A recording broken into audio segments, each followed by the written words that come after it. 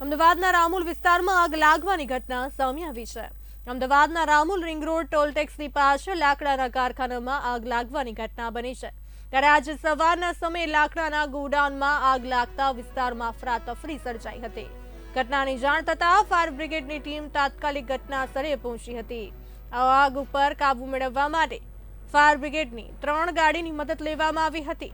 Fire વિભાગની ટીમે પાણીનો મારો ચલાવી આગ પર કાબુ મેળવ્યો હતો। સાથે રામોલ ડિવિઝન પોલીસને જાણ થતાં પોલીસનો કાફલો પણ ઘટના સ્થળે પહોંચ્યો હતો। સદનસીબે આગની ઘટનામાં કોઈ જાનહાનિ થઈ નથી। સાથે પોલીસે આગ લાગવાના કારણો જાણવા તપાસ હાથ ધરી છે।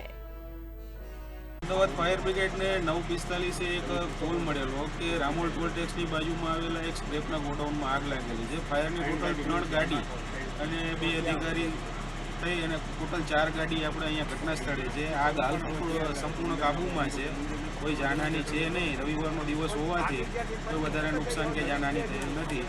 અંદરથી કંપનીની અંદરથી એક ઘેટું જે ત્યાં બાંધેલું હતું શીપ એ મરેલી હાલતમાં આપણે ત્યાં જોવા મળેલું છે।